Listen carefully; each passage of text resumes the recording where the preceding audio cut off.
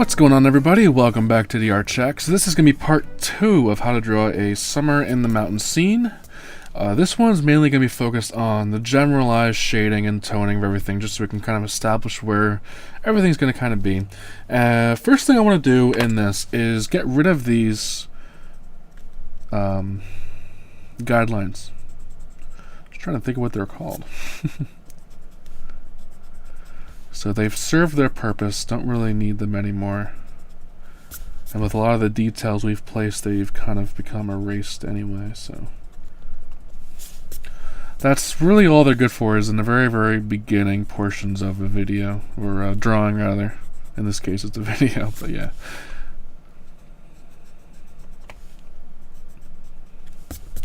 So I'm just using my eraser stick just to kind of take them out.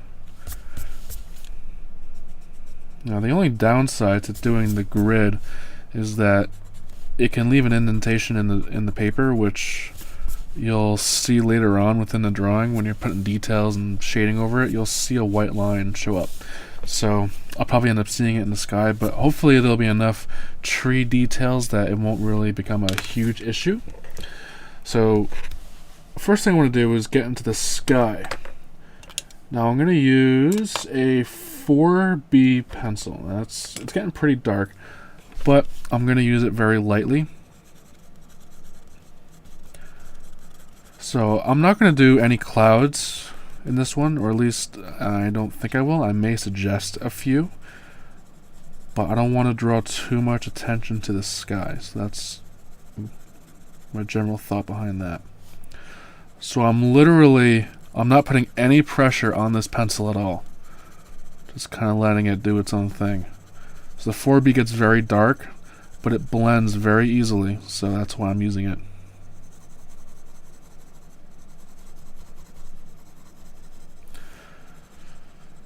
Now while doing this, I'm probably going to lose some details here and there, but it's not too big of a deal. I can always add them back in. Like these branches are going to be gone, but they'll come back to life later on. I'll reestablish them. Over here, I wanted the sky to be a bit darker, but not too much.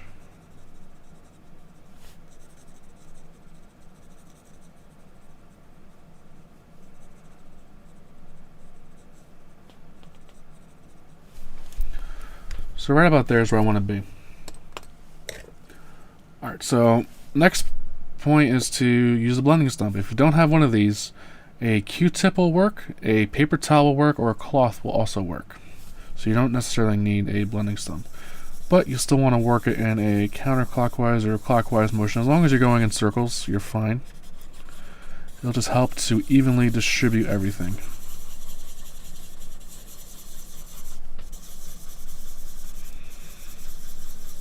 And I really want to get a nice smooth tone. Now it's going to be slightly textured because of the lines, but try and do our best to smooth everything out.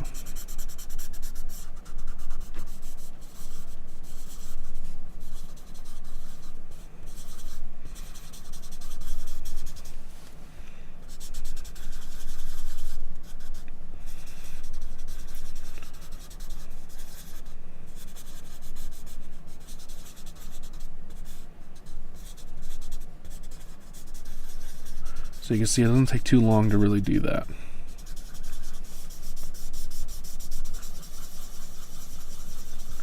It's just a matter of trying to work out all the texture, making it all nice and smooth.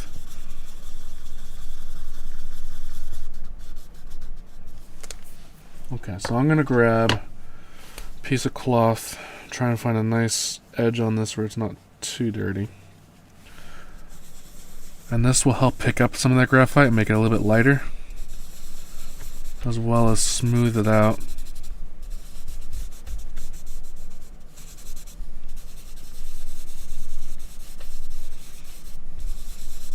So it's going to inherently have some texture in it, no matter what I do, which isn't too bad, because there's going to be a lot of leaves and things like that in the sky, which will hide quite a bit of it. But as long as I have a tone to this, I'll be fine.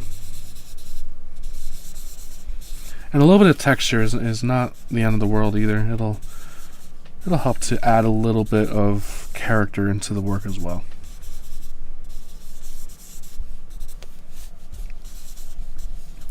Okay, so that's pretty much where we're at with this. I'm going to go back with the HB pencil. HB is a very good generalized shading pencil overall. So that's typically what I'll end up using. So this whole thing in and around is going to be fairly dark.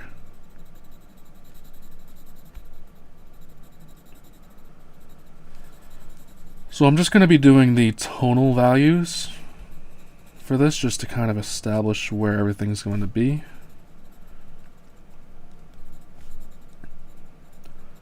Actually, I'm going to get these background hills kind of shaded in. So I'm using a 4H for this. There's going to be a line there, just to kind of establish things. And this is going to be... So the way I like to kind of do these is make the tops of the mountains darker and then make them lighter as they go down. So like this back mountain here, I'll erase a bit. Just helps to build up that contrast between the mountain ranges. Just like that. Same with this one. Just kind of erase a little bit. Alright, and then this one, I'm still using the 4H, haven't gone darker yet. Although I probably will switch to a 2H just to go a little bit darker. Just to kind of help establish a contrast in between everything here.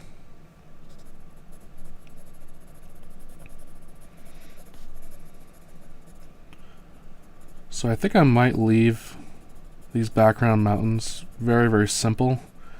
Maybe just a tone of gray or just a gradient.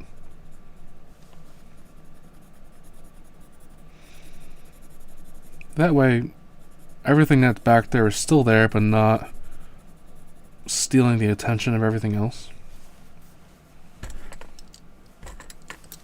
And then this mountain here will be the darkest of them all.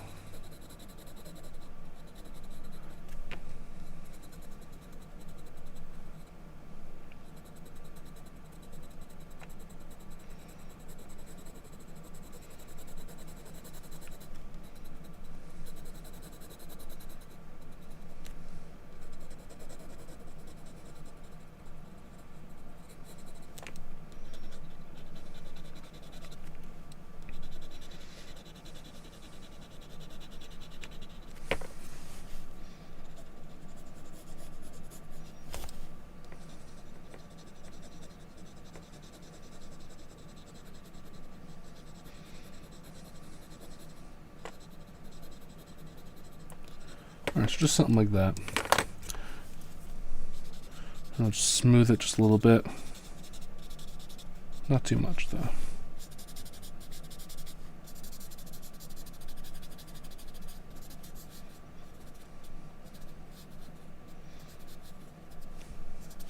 Alright, so there you can kind of see everything kind of taking shape back there.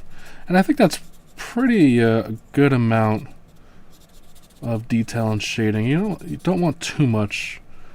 I want it to be there, but not be like an attention stealer.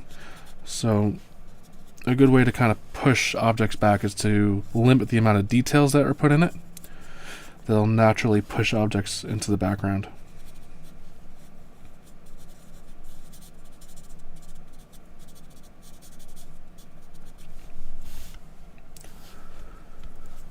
Then this water, you can get just a little bit of tone, just like that. I'll leave it like that for now. Alright, I'll go back into the HB and start shading it around. So this whole section here is going to be the lightest. And then everything else is going to be very dark. Or not like pitch black, but it's going to be a lot of contrast. Try and bring out a lot of attention in this. So a lot of these rocks are going to be fairly dark.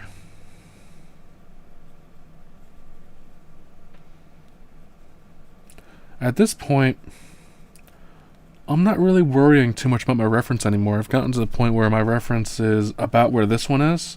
I'm just kind of taking this one out on its own now. And we'll see how far it goes.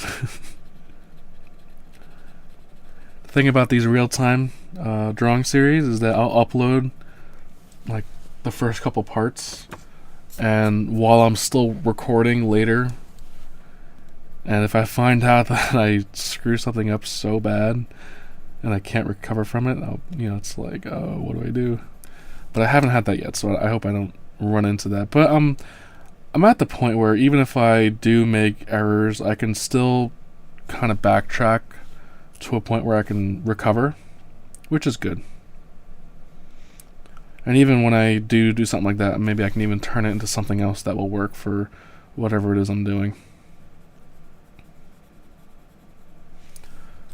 So there's somewhat of a safety net that goes on when making these, which is a good thing.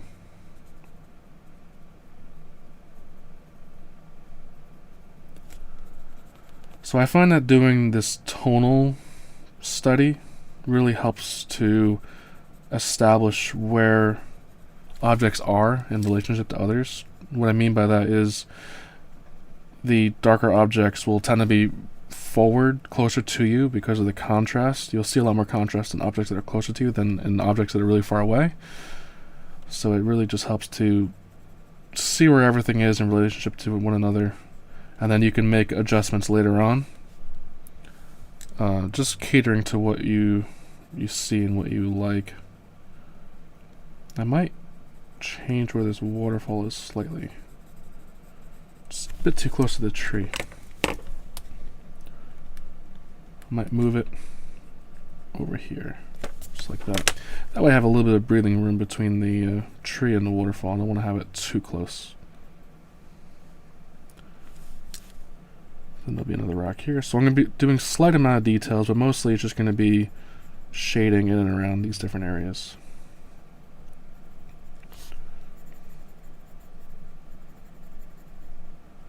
So we're going to have a rock here.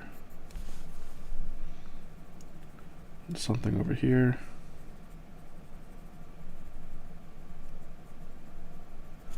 So this waterfall is going to flow down this way, and it's going to make its way over to this right here, which this will then flow over and around and off the cliff. Also, making a lot of contrast between this area and the background will help to really push a huge distance between the two, which will really help to portray the effect that those mountains and that river are very far away, or somewhat far away, not extreme distance, but just to help establish that barrier.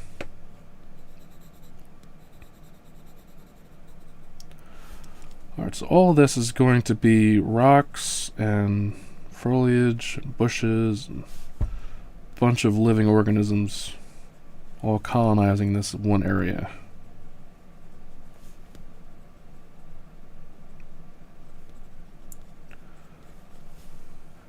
Along with some trees.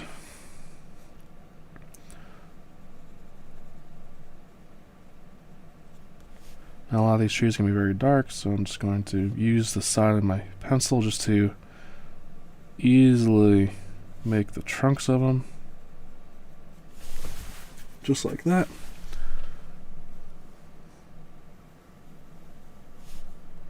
And I'll wiggle them just a little bit, just to give them a bit more character. Then as I make the branches, I'll use the tip of my pencil more.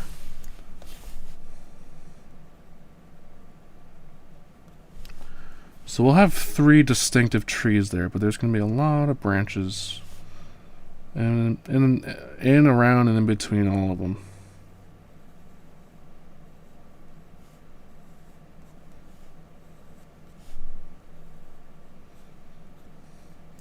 You can see a nice contrast being built.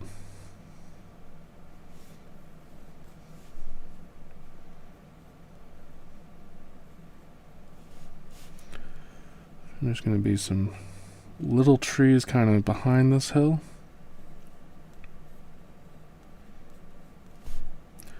So there's just a lot of living organisms coming out of this area. Just like that.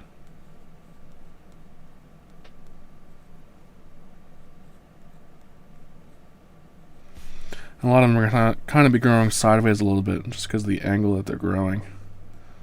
But a lot of the branches will reach up towards the sky. So just kind of leave it at that. And then this whole area, there's going to be a bunch of rocks and bushes and things like that. But that will probably, I'll render those out later. Just going to kind of shade this area in. There's also going to be bushes up in here. So a lot of stuff going on over there.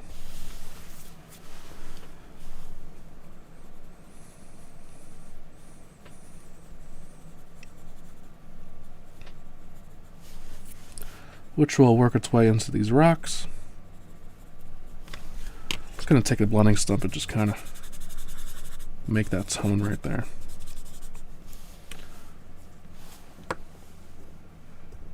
Grab one of my dirty blending stumps. So this area is going to be, all these areas are going to be very dark.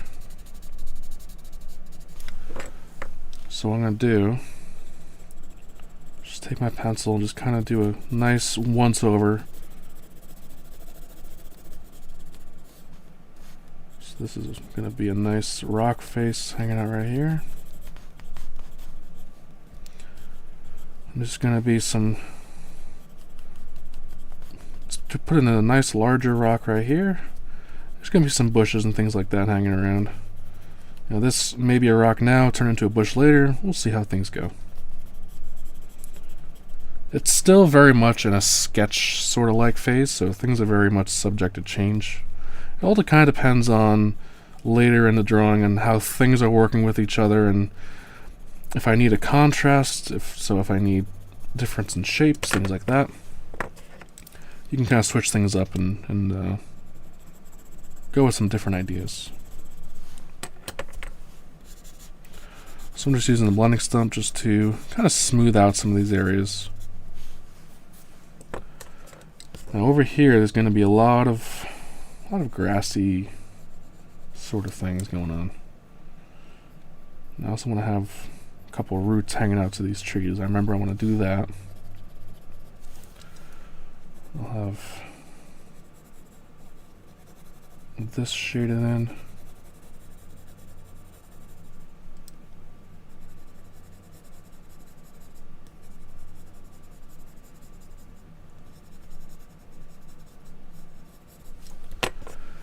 Just go in with the blending stump.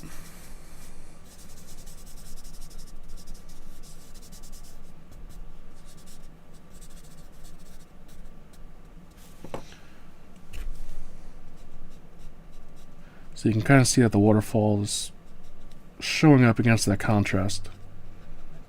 So that's going to come out nice. Alright. It's always the foreground, the very bottom area, that I tend to do last, which is a good thing, but at the same time I'm kind of run out of things to really include in those areas. So I think I want to have, eventually, just kind of a bush or just a little twig sort of deal hanging out right in here. But that will come out more later. Not too worried about it right now. And I want to have a broken log or something kind of hanging out right in here. Just something like that. Okay, so what I want to do is grab a 2B and just kind of go over some of these rocks a bit. Just make them a bit darker and add some more texture. That's what the B pencils really do well, is they'll leave a lot of texture.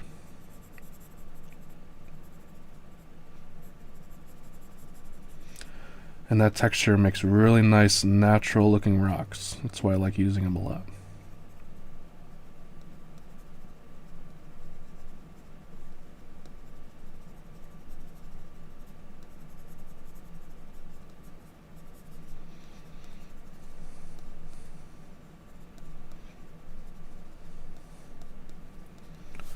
And I also want to go back in here. I want to help to establish this contrast.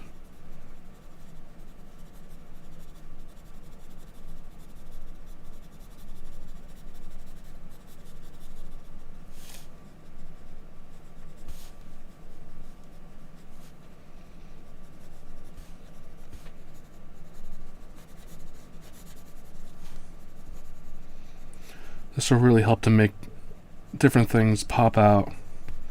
And it's helping to unify everything that's within this drawing.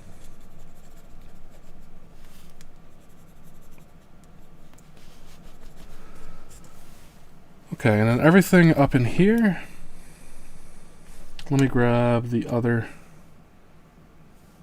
pencil, my HB. I'm going to do the same thing I did over here with the trees.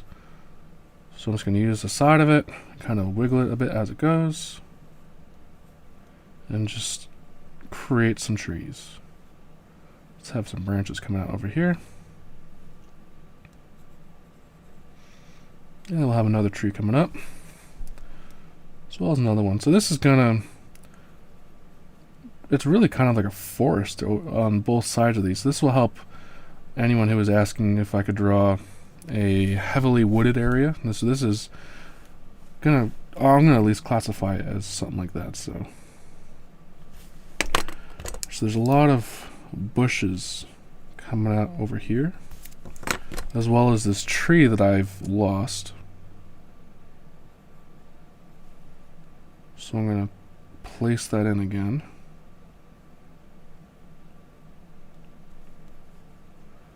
And this tree has a lot of little branches on it.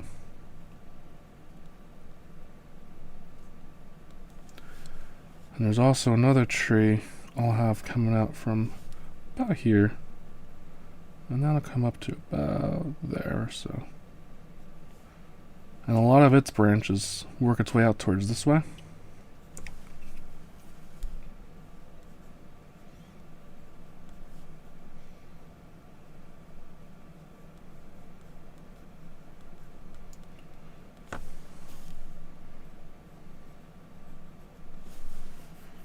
So that tree's gonna just kind of be hanging out over there.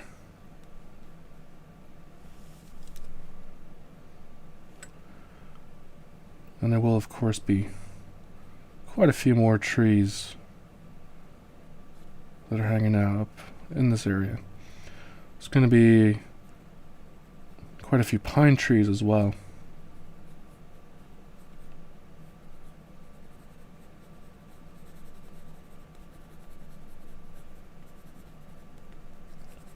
So I'm going to do a method that's similar to the way I did in my spring meadow. Just kind of shade in an area and just use the blending stump. This will help to create like a thick area of trees that are existing in the area. And then of course I want to grab the 2B and reestablish this rock formation.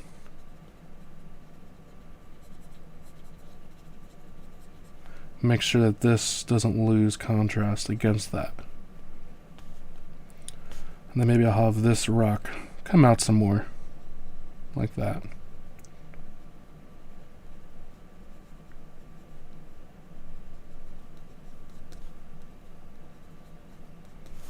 So you can kind of see how everything is taking shape here. And the last thing I have to shade in is this tree.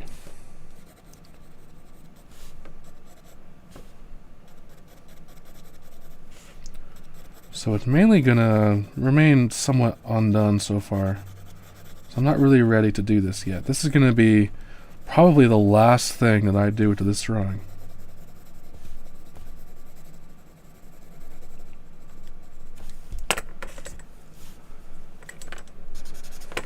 So I'm just going to do a very, very simple tone on it for now.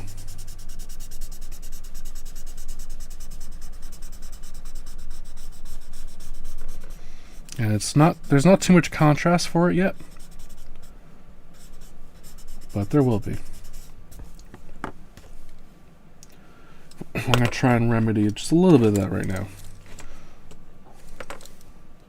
try and establish some dark cliffs back here. Same with over here. Just to kind of help build up that contrast. And then what I'll do is just grab the eraser and just kind of reestablish where this tree is meant to be.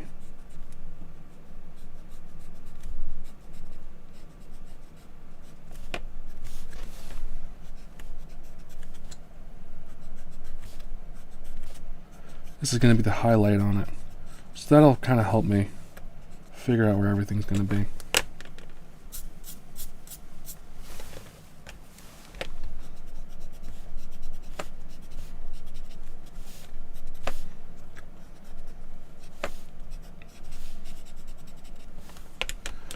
Alright. Not bad so far. This is actually really taking shape very quickly, which I'm surprised. So, I hope you all enjoyed this one. If you did, a thumbs up is always good. And I want to thank you all very much for watching, and I will see you all later. Take care, everyone.